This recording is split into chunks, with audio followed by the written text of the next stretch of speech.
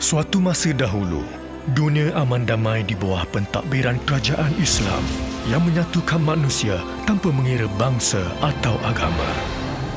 Namun, tentera zalim menentang pentadbiran kerajaan Islam. Bagi mereka, prinsip Islam menghalang kebebasan sebenar.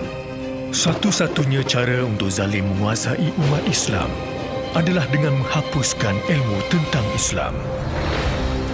Strategi mereka menguasai dunia melalui peperangan. Ketika peperangan, mereka telah memusnahkan semua ilmu tentang Islam yang berbentuk fizikal maupun digital. Dalam masa yang sama, sekumpulan ilmuwan Islam yang dikenali sebagai Sahabah telah mengetahui rancangan zalim. Mereka memindahkan semua ilmu tentang Islam ke dalam ilm, sebuah kodeks yang sukar untuk dimusnahkan dan mempunyai kata kunci yang unik. Ilmu telah disebarkan ke serata dunia dengan harapan ianya akan dikumpulkan semula dan membina kembali empayar Islam. Malangnya, ramai ahli Sahabah terkorban dalam peperangan tersebut.